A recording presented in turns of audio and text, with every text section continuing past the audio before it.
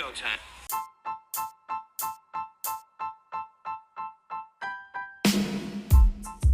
The boys are back. That's right, Florida Man Sports is here with another exciting episode. So just sit back, relax, and enjoy the ride. This is Florida Man Sports. Ladies and gentlemen, Florida Man Sports is back. Yep. Chris and Jonny here, ready for another great episode of Florida Man Sports. We're going to start with NBA Finals Game 2, talk a little bit of controversy with Caitlin Clark, and put a bow on it with some NFL AFC South information, Johnny Cinco. Is that what it is? That's what it is. Okay. But let's start with the NBA Finals, folks. Game 2 was last night. Game 2? How did it go, Johnny? Well, we're going to focus on Game 2, so we're going to forget completely about Game 1. Game 1, in most series, there's at least one blowout. Boston dominated Game 1, so let's just put that to the side. They dominated. It wasn't a blowout. A complete blowout. Game 1 wasn't? It was a game. It was. They were dominant. Boston never let up. They were completely dominant. Game 2 was a different story. Some things I don't understand. Game 2, Boston was 10 for 39 from 3. That's 26%. Tatum went 6 for 22. Did not have a great game. Dallas actually out-rebounded Boston.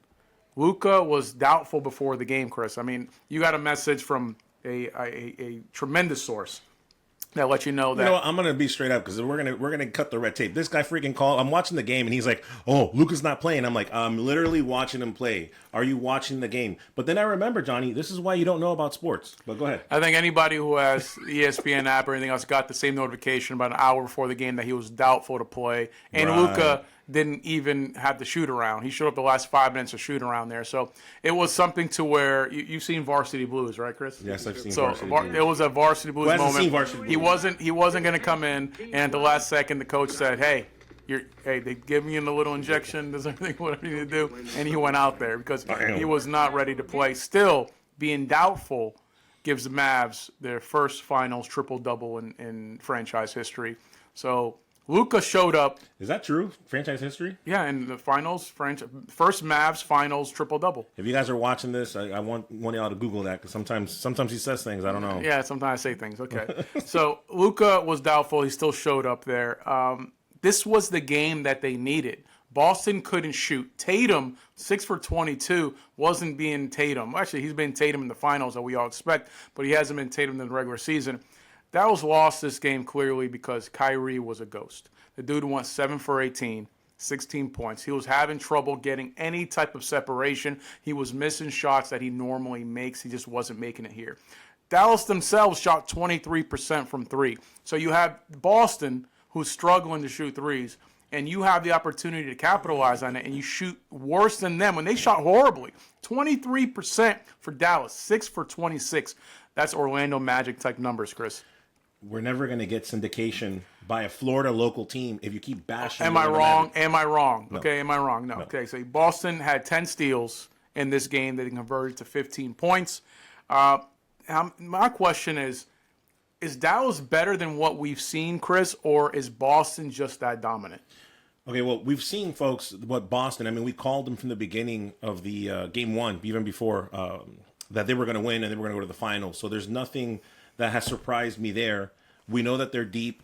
We know that Tatum, clearly, Johnny, Tatum doesn't have to be the GOAT in the series for Boston because they've got plenty of people, Jaylen Brown, Drew Holiday. So they're doing their part. But talking about Dallas, I'm a little disappointed in them. I'm disappointed because they beat. We used to talk about how the West was so tough, so difficult to get out of there. The West was a better conference. Denver Nuggets, right? It's been a better conference. Right, exactly. All those teams there. And so the fact that Dallas is now in the show, in the finals, I'm a little disappointed. Now, here's some hope. Boston wins 107-89, Game 1. Not really a blowout, in my opinion, but whatever. Game 2, Boston 105, Dallas 98. Boston has scored 105 and 107. And for me, folks, that's a beatable score. Game 3 is in Dallas. You won't have the Boston refs. Don't even get me started on the refs in Boston. That everybody saw the play with Derek White. That shouldn't have been. That they called a foul there. Brown with the elbow. Not a real. It's crazy. That game could have gone the other way. So again, this series is not over, folks. I know that I picked Boston. I'm sticking with Boston. You picked Dallas. Yeah, Dallas has shown me that they still have an opportunity because I'm not shying away, Johnny, from 107 and 105. I don't want to hear from any Dallas fans crying about the fouls that they got in the calls that Boston got. Dallas won the series against OKC on a foul. They should that should have been maybe pushed to 7 games, and they won a series. So the NBA handed them a series strictly on calls. So I don't want to hear it. Yes, that call was a little suspect, but it wasn't so obvious. It was a close call, and it happened. End of the day, Dallas had the opportunity. This was the game to steal in Boston. Tatum couldn't shoot. The team couldn't shoot threes. They just couldn't themselves shoot threes, and Kyrie couldn't do anything there. That's ultimately what really cost them that particular game here. But back to what I was saying is, can you admit at this point finally that Brown is a better Boston Celtic than Tatum? For the series. Yeah, in general, he just for is. Series, in the series, for sure. Give the guy credit, but obviously for this series, I wouldn't just say head-to-head overall. And furthermore, we'll see what happens in Game 3. We'll see if Tatum comes back to form in Game 3. Maybe he needs to go to Dallas to get back his rhythm and score. The problem is this is Tatum's MO. Tatum is an unbelievable player. He's been an All-NBA player. He's been great. And in the finals, the second finals, he's just not there. 16 points. He's not really kind of doing what he needs to. It's not even the points. It's the field goal percentage. You're going 6 for 22, bro. Like, that's not going to cut it. How you win the game with going 6 for 22 shows how great your team actually is. Porzingis is back. Porzingis, which I was kind of like, no, he ain't going to be ready. You were wrong. I was right. I said he was going to play. You said he did kind of, I guess, they say he's going to be fine for Game 3. But he did kind of aggravate that injury in Game 2. But Game 1, he looked good. Game 2, he still looked good. Porzingis, like I said, was the key. I just didn't think he'll be ready, but clearly he is ready. Ultimately, this series is not over. What happens? The series begins, Chris, when? The home team loses. There it is. Yeah. So when the visiting team wins, then that's when the series begins. So far, that is my initial reaction, right? My initial reaction is that Dallas, do you agree with me? Dallas isn't exactly out. Are you ready to put a fork in them or anything like that? No, not at all. Okay. It's just upsetting because this was the game they needed to win. Well, that's what I'm saying. You said that. You were like, if you were going to steal a game, this is the game you steal. They didn't. Do you still think Dallas has a chance? Dallas still has a chance because they haven't lost at home yet. Yeah. At the end of the day, they've won a lot of road games in the playoffs. This was the game they needed. I guess, dude, how do you lose the game when arguably the other team's best player off night, the team shoots in the 20s for threes, and still you couldn't pull off that victory? You had it. You just needed your best or second. Your best player showed up, gave you a triple-double. You need your second best. Kyrie hasn't shown up. He hasn't. Kyrie. No. Kyrie just needed to go ahead and actually just be Kyrie. He didn't need a dominant performance. He needed a 25-point performance, and they would have won this game. Instead, you got 16 points out of Kyrie. Horrible shooting night. He couldn't make any threes. He couldn't make the shots he normally makes. A floater missing. He couldn't get any separation from these guys. So that's why it's like, is this a testament to that Boston defense or just that Dallas just hasn't brought it yet? And that kind of goes back to me. Even though I did pick Boston, I'm hanging on to Boston to win the series. I'm just a little disappointed. I guess that's where I was going with my rant, Johnny, that I'm disappointed that they didn't win by more. They should have won at home by more. And I guess the outlier here is that there's one player in Boston that's not playing the way he should in Tatum. Well, let's just remember that in the NBA Finals, teams that go up 2-0 are 31-5. So the Mavericks have a hole to dig themselves out. They got a chance. They do. There's some chance. So right now, let's say Boston wins a series. Let's fast forward, Johnny. Boston wins a series. You said Tatum is not. You're saying that Brown is playing better. In your opinion, who gets the trophy right now? Brown. Brown's the MVP. Not Drew Holiday. Brown's the MVP. Not Porzingis for coming Brown back. is the MVP of the Celtics after Game 2. What did they give it to Tatum? They gave Tatum the all NBA team. They didn't give it to Brown, and Brown was a snub. Brown should have made the All NBA team. So who knows? But no, they're not going to give it to Tatum. Not for going 6 for 22. You ain't getting that right now after 2 games. Brown has been consistent. He's shooting over 50%. He's doing everything you expect. The guy they say he can't dribble left. That was his big knock in the NBA. It's like, he can't dribble left. They make fun of him for that. Yeah, they said the same thing about Jordan. And now you're saying that he could be the MVP if Boston wins. Let's say, because the home team hasn't lost yet, let's say Dallas does pull it, right? Let's think ahead here. who would you give it to at that point? Because remember, there's keys. I know that you're going to say the triple-double and Luka, but let's be real. For Dallas to come back, you also said that it's going to take more than Luka.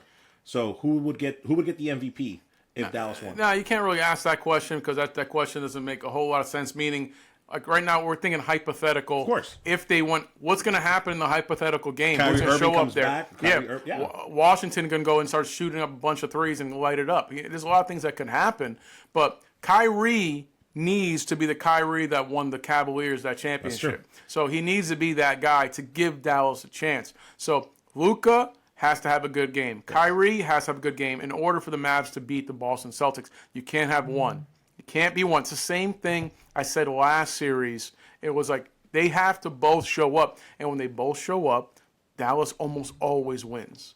It's not going to happen against the best team in the East with just one showing up. Well, let's be real, too. Florida Man Sports, if you recall last episode, I stayed with Boston, stuck with Boston.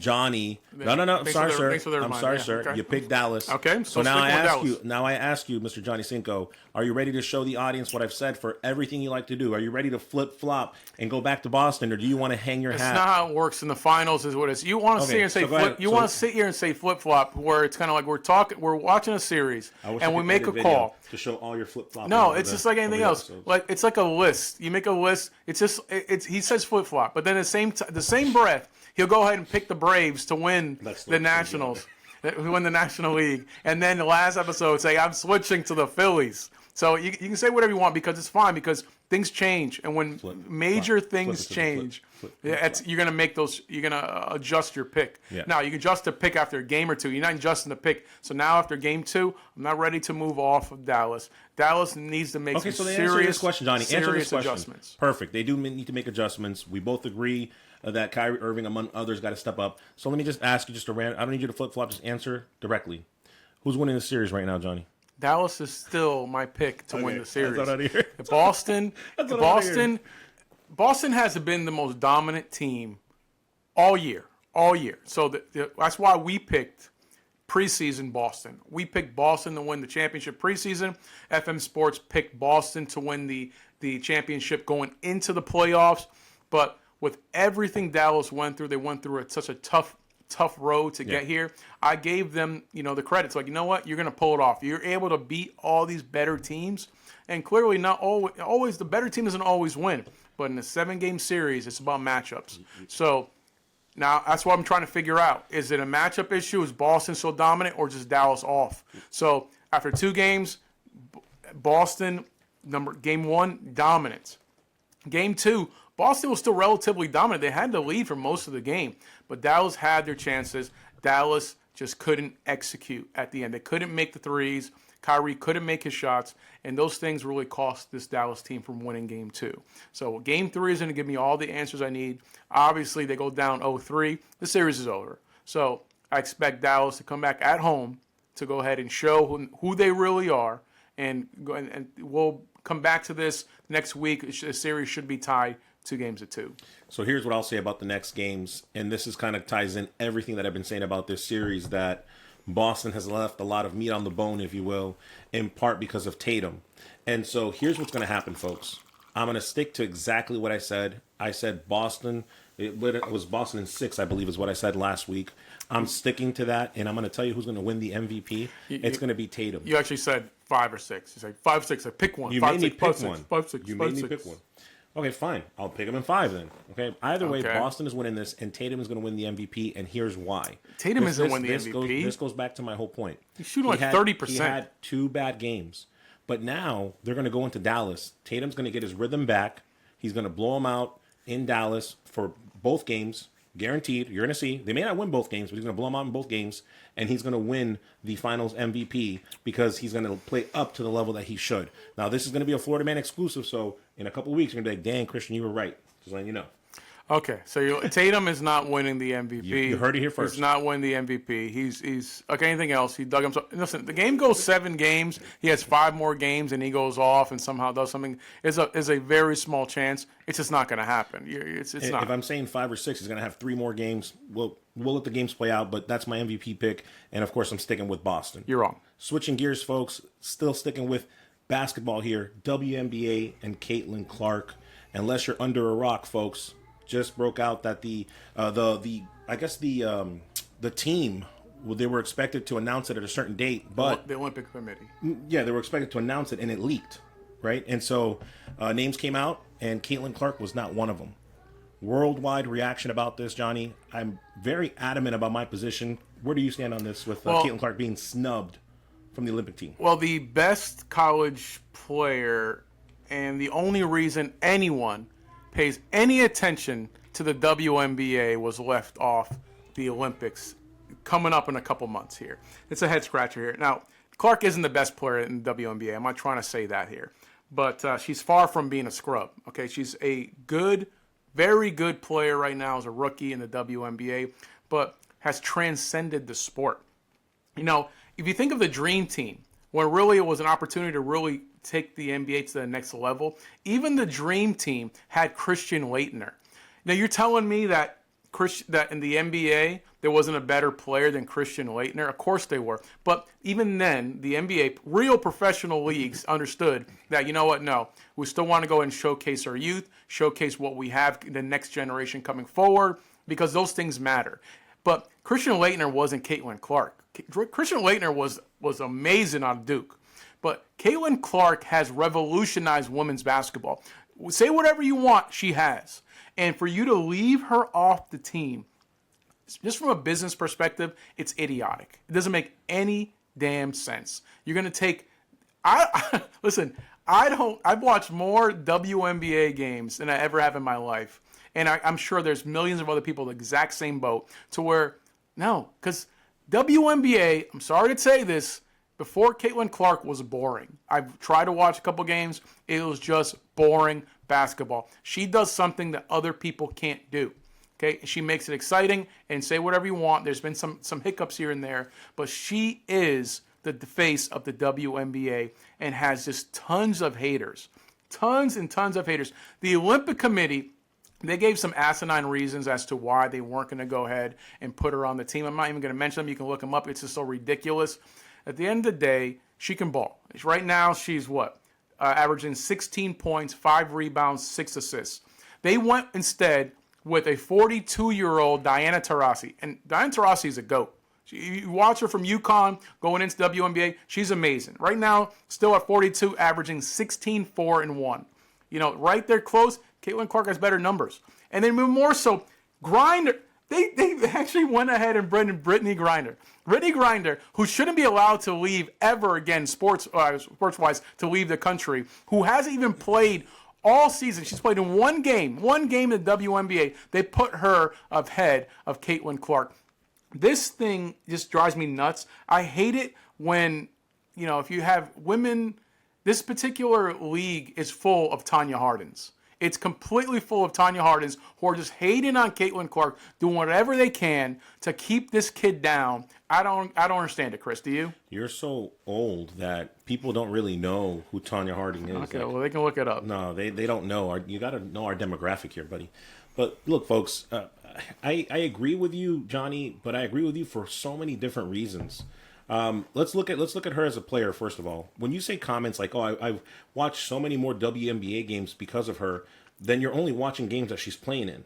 Because no, so you're watching other WNBA games. I'm telling you that I've watched, I think, pretty much every Caitlin Clark game with the Indiana Fever. That's my point. I've also watched other games. I've watched some games with the Las Vegas Aces. I've watched some games with the other players that are coming in place. But not majority of my games are Caitlin Clark games. That's fine. That's fair. But then when you say things like, "Oh, she's changed the game," elaborate. Tell me how she has changed the game. And I'm going to get to my point here. How has she changed the game? You have to understand something here. Sports first is entertainment. So I get it. You want to go ahead and we watch football, we watch basketball, watch baseball. So there's an integrity. There's something about the sport that's integral, that you have to protect the integrity of the game. But it's entertainment. That's why people pay money to sit in those seats. She's an entertaining player to watch. She just is. Now, you have haters. Plenty of haters. Angel Reese, who's going to go ahead and been like also in the same draft class, obviously the rival in college, LSU, has been like, no, she's not the only reason people are watching. People are watching because of me. Also, you know, Asia Wilson, who's probably the best player in the WNBA, who should have won the MVP last year, is probably going to win the MVP this year, is hating because she doesn't have any type of shoe endorsement. The best player, she doesn't have the hype. And Caitlin Clark has the most profitable, the biggest shoe endorsement deal in the history of the WNBA. That's not on the kid. It's not because they hate on this kid. Because why? Because it's just a white straight girl. I'm gonna get to that. Listen, when you do the you do. I'll do mine right. You got me started. You do a really good job of the editing. Please put rant alert at the top as you're going. Because all I asked was, tell me why she is this person to you. Because to me, and you and I agree that we agree she should have been on that roster representing the Olympic team. There's no argument. And here are my reasons why. Number one, she wasn't going to be the first rookie to be on an Olympic team. She would have been the fifth one. So what we're basically telling people, young girls out there and all basketball players alike that are young, here's what we're telling them. Hey, we can decide to keep you in and out, and your stats, what you bring to the table is not necessarily enough. And that's sad. That's really what this is all about, and that's sad. She would have been the fifth rookie to be in an Olympic team. So it's not like she was breaking ground there. It's not like you're trying to take that away from her. Like, I could see like that being vindictive, because to your point, Jonny, a lot of people are being vindictive to this young lady. And I believe, and I hate to say this, it has more to do with the color of her skin than her game. And that's terrible. Take that however you want. That's really what's fundamentally wrong here. Now, let's move forward. What does she do? Did you hear what her response was from coaches and all that? She's class all the way. Class personified. Congratulating the Olympic team, saying it and telling her coach they're bringing out dates. She's going to come full force next year and work on her game to be better. So yes, she is all class, but make no mistake. Like let's talk for a second about who does this hurt and who does this help. Does it help Caitlin Clark? Immensely. She's going to get to rest. She's going to work on her game, and she took the high road. She's not going to lose any endorsements over this. She's not going to lose anything particular to her. But you know who it does hurt? It hurts the Olympic team. It hurts women's basketball. Because, Jonny, you made a good point, even in the ratings perspective. And I heard an excuse out there that, oh, well, if we had her on the team, she may not get as many minutes as her fans would like. And that's going to cause ridiculous. A problem. Are you kidding me? This is the Olympics. How many great players in the NBA, Jonny, get 8 minutes per game in the Olympics, and everybody's okay with it? It's okay. Let me be perfectly clear. At some point, we're going to find the truth out, and I'm going to tell you what the truth is. The truth is that this is a teammate issue. This is an issue very similar to what Jordan did with Isaiah Thomas. You know, Dream Team, he set it up. If you watch the documentary like that, he hated Isaiah Thomas, and Jordan was the face. Like, listen, I don't want to First good point you made. Oh, thank you. That was a good point. So I guarantee you, when at some point you're going to get some kind of documentary, something going on there, something's going to come up, and you're going to hear that these teammates, these colleagues, if you will, just hate on this kid so much because they're mad that they have worked so hard. I mean, not taking away from any of these girls who went at these women who worked so hard to get where they are. They're mad that they're not the reason, that they're not the face of the league, that they're not the ones who are getting that light shined on them. They're just hating on it. Whether it's Asia Wilson, who's hating on the fact that she don't got a shoe deal, she's the best player in the league. That's not on the kid. That's not on Clark. Whether it's somebody, what you're saying is you're taking it out on the wrong person at the end of the day. And here's the worst part about all this, Jonny. Imagine this for a second. Imagine this. This just be crazy. I hope I'm wrong. The women's team has not lost in a long time. They haven't lost in the last five, I believe, 5 in a row. Could you imagine, God forbid, they lose? Well, could you imagine? Like this is the thing that you're letting in U.S. Olympic team by making your decision. And I'm going to tell you right now, I saw the roster, Jonny. I saw the people who are there who made it. Don't tell me that Caitlin Clark is not better than one of those persons. Don't tell me, like you mentioned, Grinder. Like, don't tell me that because that's not true. No. She deserves to be with all the talk of misogyny and men holding women back in sports. Let me be perfectly clear. There's no greater threat to women's sports than women, and that's. I'm sorry to tell you, that's just how it is. Okay, because these women, they want you to do well, just not better than them, and they don't understand the basic thing that a rising tide lifts all boats. So let this kid is doing her thing. She's doing her thing. She's going to make her money. And with that, same way Jordan did to the NBA, Jordan dominated, got all the endorsing, all the money, was making so much money, more than anybody else. But guess what else happened? everybody else made more money. Everybody else, including the league, benefited. And the WNBA, if you guys don't know, don't profit. They haven't made a profit ever. They've never turned a profit. They're subsidized by the NBA, and here we have a kid that finally is going to go ahead. They see, okay, this just by mentioning that they don't get charter flights, they go on commercial airlines, it instantly was changed. And then you have the haters saying, oh, well, this wasn't planned for 5 years.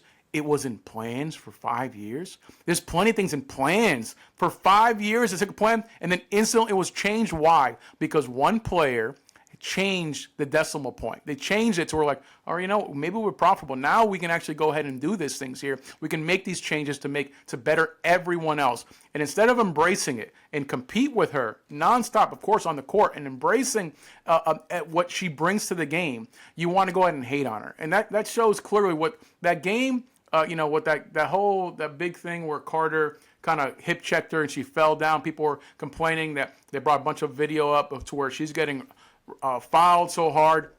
The fouls are fine. That's the type of NBA I wish was back.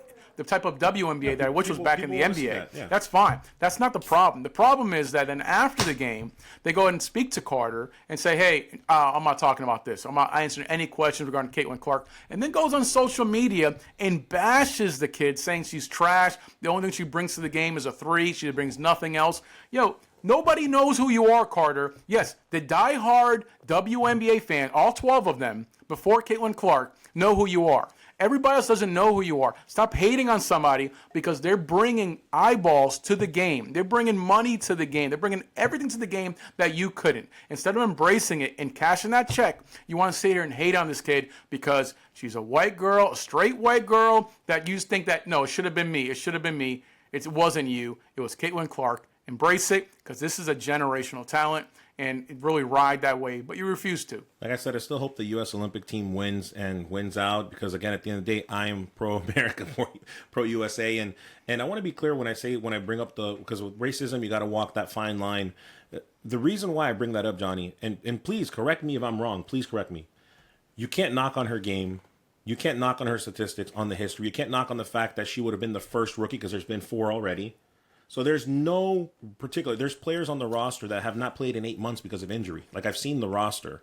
So my thought process, my logic is, Jonny, is there is no reason for her not to be on the team other than what? That there's girls that just hate women who just are hating on each other, which is terrible. And I can't stand where or there's a form of racism going on because there's nothing. But that's why I bring it up. It's not because I want to throw out the race card in any way, shape, or form, folks. It's because the numbers are there, and then math ain't mathin', bro. I mean, honestly, that's... No, it's not. It's, and I can't stand the responses here. That's somebody looking at a clear blue sky and telling you that's purple. No, it ain't blue. It's like, what? No. We see the writings on the wall. It's very obvious on what's happening here. I'm like, don't sit here and tell me her numbers justify it. She was, even if she wasn't having a decent year as a rookie, which is clearly right now the front runner for a rookie of the year, but she was the best player in college a month ago, by far. Won every title, won every trophy you could, with the exception of the NCAA championship. But this kid earned that right to go ahead and be on this Olympic team. And nobody's going to say, you think fans are going to complain that she's not starting? That's up to the coach. It's fine. If she's going to ride the bench, she's going to ride the bench. It's whatever. You use her when you want to use her. That's what they did with Leitner. That's what the Dream did with Leitner. That's what it happens. You've got to be kidding me. You're throwing out any excuse you can find to justify the fact that clearly this was decided by the players. Players got together. They hated on this kid, say no. And it's so dumb. It's so dumb by these players to do that because as from a business perspective, you're just costing yourselves money. Millions of dollars. You guys, I think the top salary right now in the WNBA is like $130,000. That's the top. This kid's going to come in and raise everything up. Like I said before, rising tide lifts all boats. And it's ridiculous that these players don't recognize it. But this whole topic got me all hot and bothered. No, got me hot and bothered. You're not wrong. And again, go Olympic team. Do your thing, prove us wrong. I hope everybody plays and we bring another gold medal home. But at the end of the day, history is going to write itself, and this is going to go down as a really big time missed opportunity, not just for this kid, but for women's sports. Yeah, it's unfortunate. There's still time. There's a small chance. Remember, there's still alternates. There's chances that players get injured, things happen there. But Yeah, but I wouldn't do it. no, if I'm Caitlin Clark and I'm like, I wouldn't do it. She's not going to because she's class. Yep. We've seen what's happening there. And you're not classy. Sure. You're part of the committee that didn't get her in there. She's going to go ahead and clearly from my argument, clearly. But if that happens, we'll see. But still, she should have been chosen, and it's ridiculous that she's not. It's not about the fan base. It's just about the fact that she can ball, and she is the face of women's basketball right now. Like, are you serious? I don't care if you don't like the fact that you think that you're better than her. And right now, there's plenty of players better than her in the league. But she is the face. She's the one that's going to bring you the dollars. You just haven't recognized it because of your own hate. And she's worthy, Johnny. She's worthy. That's my point. No, man. But, Chris, forget that. We've talked about getting me all worked up with basketball, especially with Caitlin Clark's situation. But football is right around the corner. And every week until the beginning of the season, we're going to start picking a division, picking our winners, running down everything on that division. We're going to start this particular week off with the AFC South, Chris. Let's go. Now, in this division, we have your Jacksonville Jaguars. We have last year's division champ, the Houston Texans, revamped Tennessee Titans, and we have a Indianapolis Colts team with second-year starter Anthony Richardson. Who is winning this division, Chris? Yeah, I'm going to go down my list 1 through 4. Who's going to win? I'm going to answer your question, Johnny. But why do we pick this division first? Well, we start off here because we have start with our Florida team, and since Jacksonville was easily the most disappointing team in Florida, we're going to go and start. I mean, arguably in all of NFL, we're going to start with their division. I'll argue too that the reason why I think we did this division first is because we were looking at them all, and we kind of wanted to start with like the worst division, if you will, or one of the worst ones. How dare you? No, I think that's what we said when we did this, and the reason why I'm mentioning that, folks, is that I went and I looked at the depth charts now that the NFL draft is done and all that, and all the free agent signings is done. And I got to tell you something, Johnny. This division is one of the toughest divisions in football. Yes, it is. Holy majority. Yes, it is. So just real quick, high overview, and then I'm going to tell you how I have them ranked. Don't forget the Houston Texans reloaded. Joe Mixon, Stephon Diggs. Tank Dell had a great season last year, so they're just stacked on offense and defense. So definitely Houston did really good. You got the Colts. We're going to have a healthy Richardson, Taylor, Pittman, all those guys lined up ready to go. Another good young defense. Jacksonville is the only outlier for me, Johnny. They did get Gabe Davis, but other than that, there's nothing really that's scaring me about the roster. And then lastly, Tennessee, like we talked about last week, Tony Pollard is there, Tyler Boyd, and DeAndre Hopkins with Calvin Ridley. So this division has gotten really stacked. Number one, I've always been a firm believer. You want to beat the best, you got to beat them. So by default, to me, Houston has done enough this summer, Johnny, that they are still number one. They're my number one team in this division. Not only did they win it last year, not only are they kings, but they've got the talent. They reloaded. They've signed the free agents. So for me, Houston takes it. At number two, believe it or not, at number two, I've got the Tennessee Titans. I think they deserve the number two spot. I think that Richardson being hurt puts them at number three. And unfortunately, this is Florida Man Sports, I have Jacksonville at number four because I feel like they haven't done enough. I feel like again, Gabe Davis was a great pickup, but then you picked up a quarterback, right? From the Patriots, who was, let's be real, the Patriots are trash, and then you take their trash, right? So that makes you number four.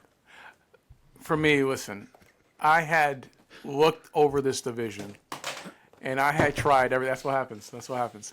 I looked over this division, and I tried any way possible to make an argument for the Jacksonville Jaguars to win this division.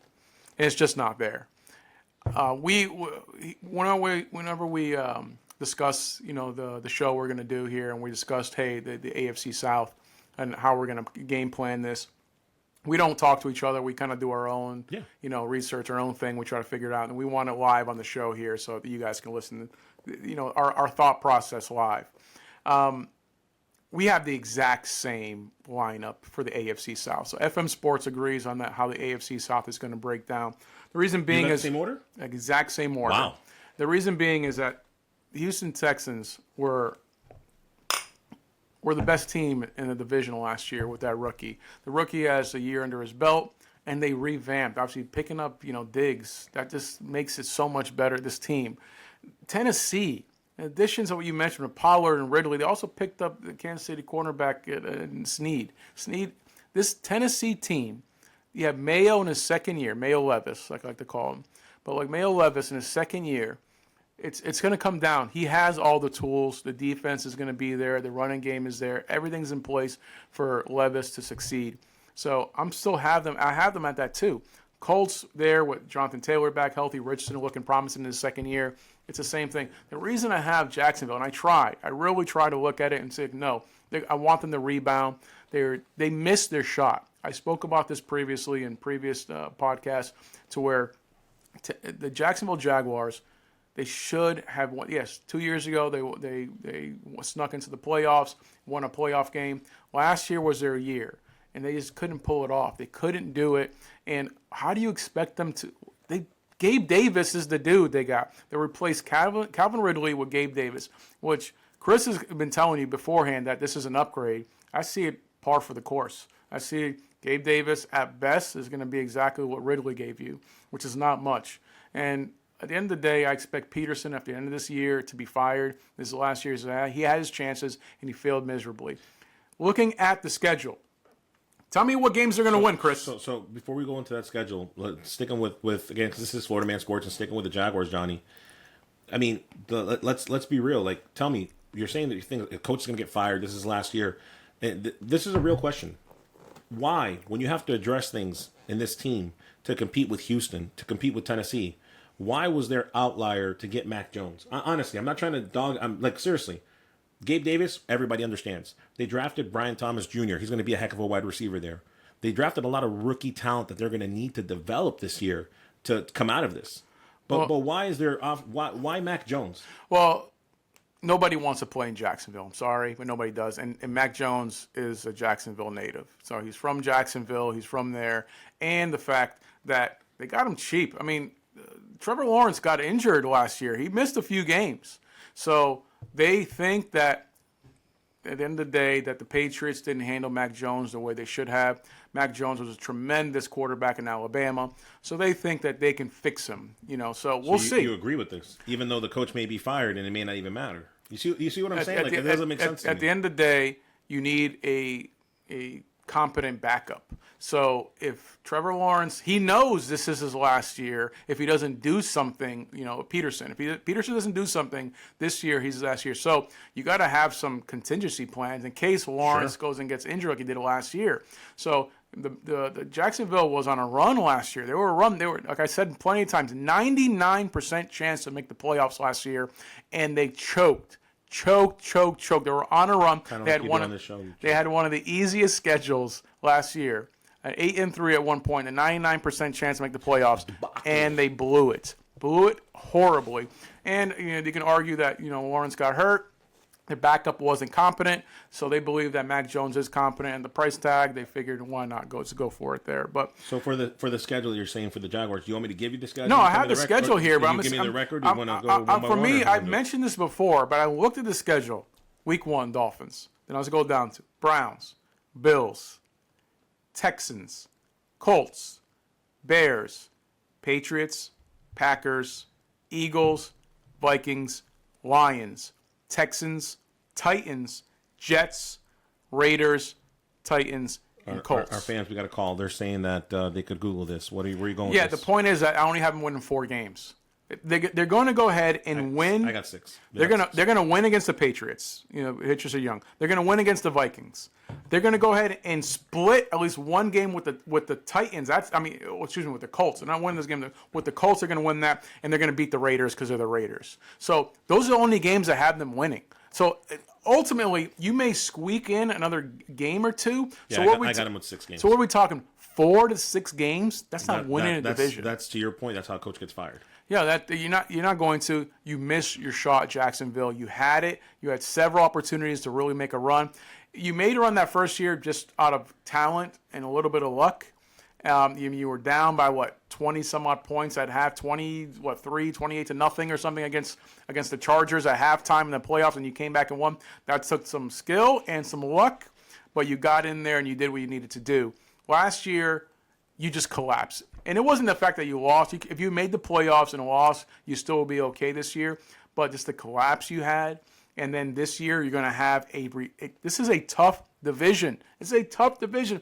Houston, Tennessee, Indianapolis are contenders. Now, I'm saying contender for a Super Bowl, but they're contenders. They're going to go ahead and win some games. They're going to win a lot of games against tough teams.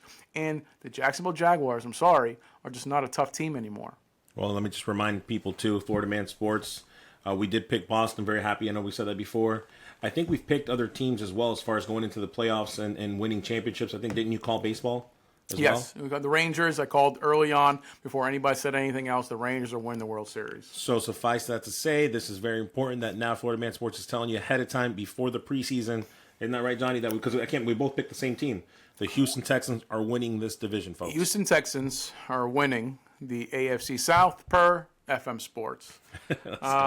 Now, before we check out of here, Chris, I figured, why not? Let's go and check in with our voicemails. Why not? I love it. Check in there. Why did the heck? I was thinking it, but you said it. Listen, this is completely random. I'm not going to go ahead and pick through here. We're going to see exactly what's going to be. One of those, it better be a good one because you handle this. Right. Before he plays it, he handles this part because he doesn't do very good at the show anyway. So this is what he does. Go ahead. What do you got? Anyway, sure. What do you got? Hello. Mija, is it work? Oh, okay. Florida Man Sports, big fan. My only concern I have, why do you guys discuss, I have a bit of a whistle to pick with you. Why do you discuss all Florida teams except the very best one? Okay? The Florida Panthers are in the Stanley Cup Finals and nada. You guys say nothing regarding this. The best, by far, Florida team is the Florida Panthers, and I hear nothing from you guys. What's up with that? It's a good question, Chris. We don't discuss the NHL. Who? Florida Panthers, respect. Hey, I didn't know Spanish people watch hockey, so apparently Spanish people do watch hockey. All right. Where are we going with that? So the Florida Panthers. Hey, props to the Florida Panthers to go ahead and made it to the Stanley Cup Finals. They're actually winning that series at the moment now. So they're 1-0 right now. So, hey, we're talking about killing them. it, man. And this is their back-to-back. We know hockey here. They're going back-to-back to the Stanley Cup. Come on now. Yeah, they lost last year, so this particular year they're going to win it. Why? This person that called is going to yell at you. Why would you do that? You don't announce somebody. I'm calling Florida Panthers winning the Stanley Cup Finals. They're first ever in franchise history. They're gonna do it. They're bringing it to Sunrise, Florida. They're bringing it there. All 8 people, a population of Sunrise. They're gonna go ahead and they're winning the Stanley Cup for awesome jerseys, by the way. I ordered mine, still haven't got mine in the end up. But awesome jerseys. Matthew Tkachuk, Sergei Bravotsky, Alexander Barkov, Sam Reinhart. I know all these guys. I know all these guys. All these Canadians, their French accent or French names or Russians. Go Florida Panthers, whatever. man. Hey, Florida Panthers, respect. Even though Johnny tried to jinx you. I'm sorry about that. Sorry we don't talk about hockey, but, Florida. We're trying to get everything else right, man. Let's do one more. Why not? Let's do one more. That was fun. No more hockey things, hopefully, here. Random here. Let's see. Hi, yes. This message is more specifically for Chris, not so much FM Sports, but I have watched you on YouTube, Chris. You are a big teddy bear, and I would like to know, I'm going to leave you my number. Well, no, enough of that. That's just Chris's demographic. Fire Derby. Chris's demographic Fire Derby. Checking in. Derby, you're fired. You're fired. Let's leave that alone. Let's forget about that. I don't even know why you did that. Why? So I told you, sometimes we get some stalkers on this thing here. I mean, you got your demographic checking in on you. Okay. But guys, we thank you for listening, for watching us here at FM Sports. We encourage you to go ahead and listen to our podcast. We're available on everywhere you guys listen to podcasts. Yes. Obviously, listen to us. Please like, subscribe, share this if you like what you see. We appreciate you guys. I am Johnny. That is Chris. If you like what you see, this guy. Yeah. You got fans checking in with you. They like what they see, apparently.